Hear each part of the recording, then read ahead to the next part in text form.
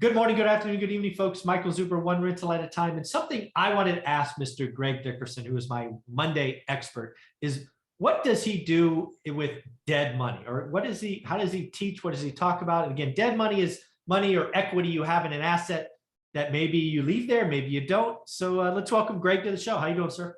Doing great, Michael. Good to see you.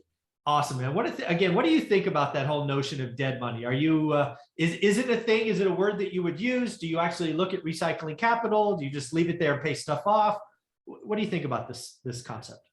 Yeah, I've always recycled capital along the way and refinance properties, pull equity out to grow and, with companies, with properties, things like that. My philosophy has been, to earn the most amount of money with the least amount of time, energy, and effort possible while minimizing taxable events, things like that, and to grow and compound cash. That's been my goal, to stack that, not necessarily property or assets, more of cash. And a lot of people may or may not agree with that, disagree, whatever, but cash is king. When the chips are down, cash is king. Oh, yeah. And, that's what gets deals done. And that's what, he who holds the gold makes the rules, right? And right now cash is gold. So it still is until it's not. And, it may be one day that it's not, but that's always been my philosophy. But yeah, obviously if you pull the capital out, then it's a non-taxable event. You can leverage it and use it to buy other, to grow and scale your portfolio. So that's if you're, in a growth mindset. And, some people may want to use cash flow to pay properties off and own them free and clear, or assets and own them free and clear and not pull the equity out. And, it's an individual thing. It all depends on what your goals are, where you are in your life and what you're doing. And with me, when I was younger, taking a lot of risk and building equity fast, it made more sense to pull the equity out, utilize that, hold the asset for a year, and then sell it, because I would get, a short-term gain that could, capture some appreciation, those types of things. In the meantime, I was able to leverage that equity and then keep it growing from there. Yeah. Yeah, that's one thing that I don't think is talked about. There's lots of people that ask questions, but I think you're right. There's so much about stage of life, right? If you're just starting out, recycling capital was a huge part of our growth. I wouldn't be here today without it. But, when I'm 65 or 75 or whenever I want to kind of be done, then it's going to be about, okay, 50% LTV across the board or whatever it is, because it's just not going to matter, right? I'm going to have enough. The cash flow is going to, fund everything. So I do think you're right. It's the phase of life. Are you growing? Are you stabilizing? What are you doing? I think that's pretty well said. Yeah, recycle, compound, it's the Burr strategy. We've been using it forever. People have been using it in the industry forever. And, before it was a buzzword and a meme.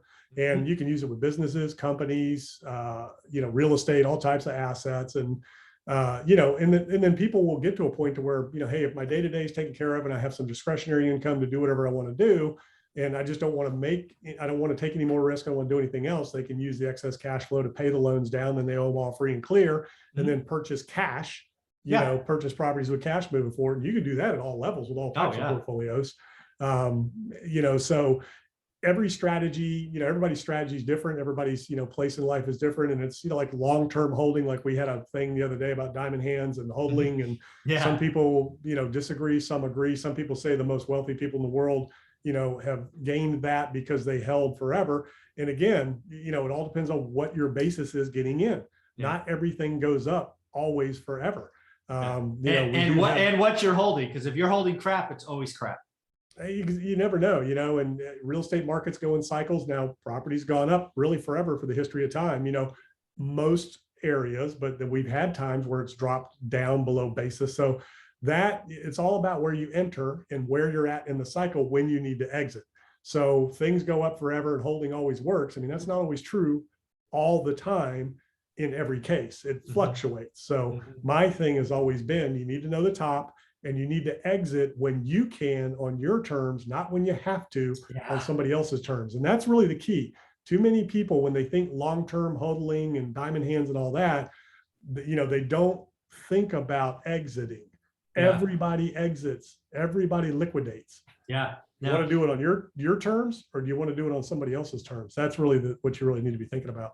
Yeah, and that's actually something I've been worried about in the commercial real estate market is there's an event, right? There's 3, 5, 7-year terms, or you get a reappraised, and if the value comes in light, you can be forced to sell, even if you don't want. You could plan to hold the building forever, but if that refi comes in a higher rate, higher cap rate environment, and you don't have the money to cut the check, you could be forced to sell, right? They will take it over, kick you out, force to sell it. So it Yeah, is, very different times now than when like Warren Buffett, one of the greatest holders of all time, right? He yeah, sells, he still sells yeah, and rotates, sure. but you know, the Warren Buffett days are gone. That strategy is just, it just doesn't work anymore because he got in before growth, right?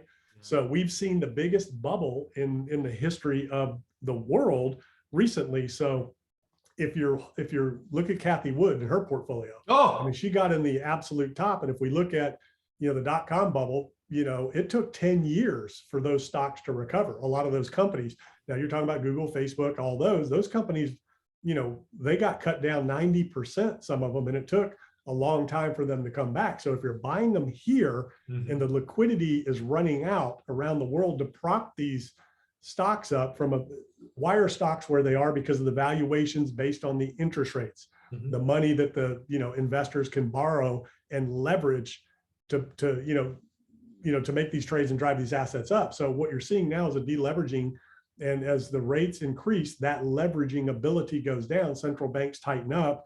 You won't be able to leverage up as much as you can. So these, you know, 30, 40x valuations, you know, they should be 20.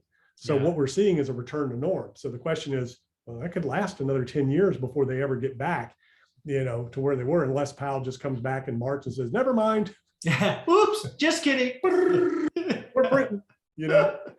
Yeah, I just put in some more paper. We're good. I love his printer. You ever see those printer meetings with Powell? You know, it's hilarious. It's hilarious. Yeah, one of the things that's funny, because one of the stocks I was trading back in the day was Cisco. And again, people could go just Google it, right? Cisco traded at whatever it was, 79 in late December of 99. 22 years later, Greg, it's still not back. So there's a article out there about that CEO of that company that made this infamous speech, and it's, you know, very short speech. And he's like, what were we thinking? Yeah. You know, that was the title of it. And he talks about, you know, the valuation on a company that had no earnings at 100x. He said, you know, we would have to, you know, we would have to, you know, make no profit, put no money into research.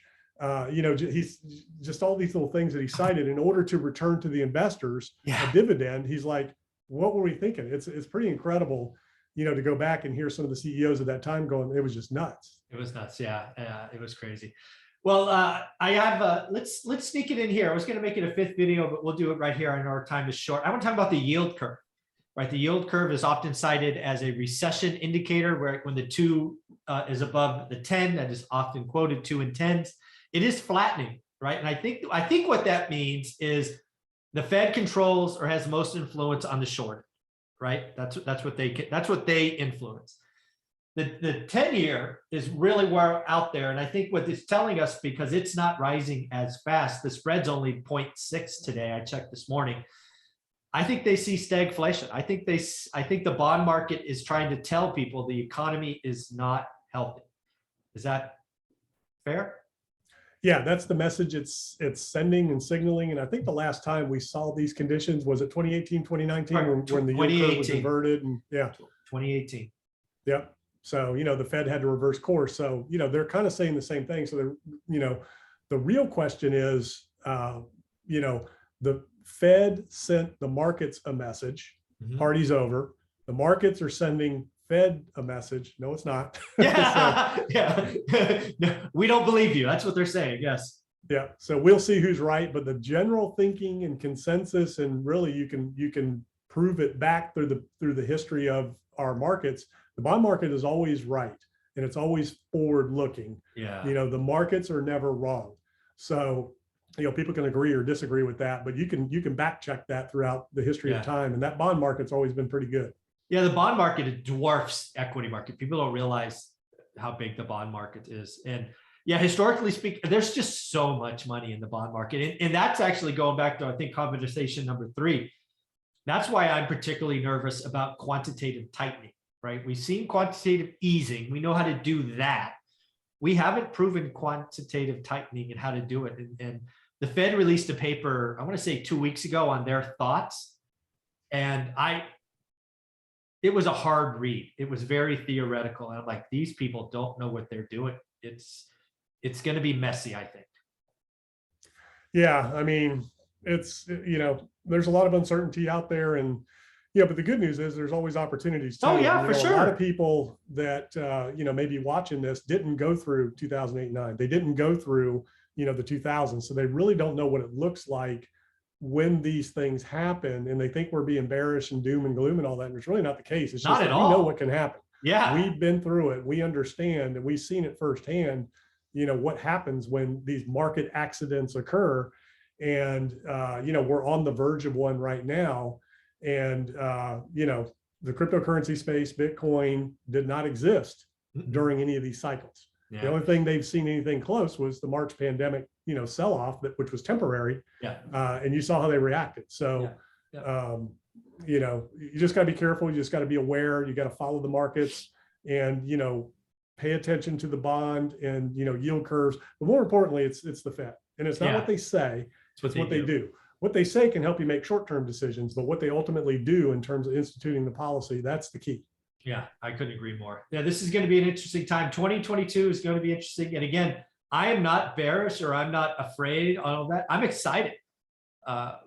There's a lot of money to be made when, prices, assets reset, fear comes in, people rush or panic.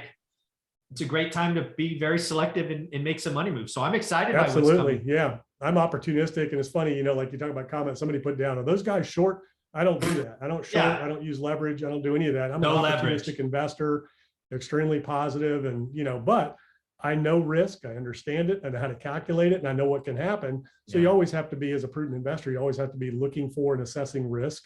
Yeah. And, back in my early days, I was nothing but bullish, man. I was like, real estate market, it's just going up. I mean, they're not taking any more land. Yeah. It's, interest rates are cheap. How could the Outer Banks go bad? There's more land. Yeah. Hey, man, I was just like, it's not good, because I was being warned by the old timers that went through it. I'm not an old timer, but the guys that went through the 80s. Yeah. Right. They were telling me, they're like, man, look, it can shut off like a faucet. I'm like, pipe down, you boomer. You don't know what you're talking about. It's just going up forever. This time is different. They were like, all right, young man, come see me in, 10, 15 years. And sure enough, 2008 and 9, boom. Ouch. Yeah. Very cool, man. This has been a great conversation. I always appreciate our Mondays. It's wonderful to start my week with you. How can people find you? Yeah, gregdickerson.com. All my info's there, YouTube channel, podcast. Go check it out. Thanks, buddy. I appreciate it.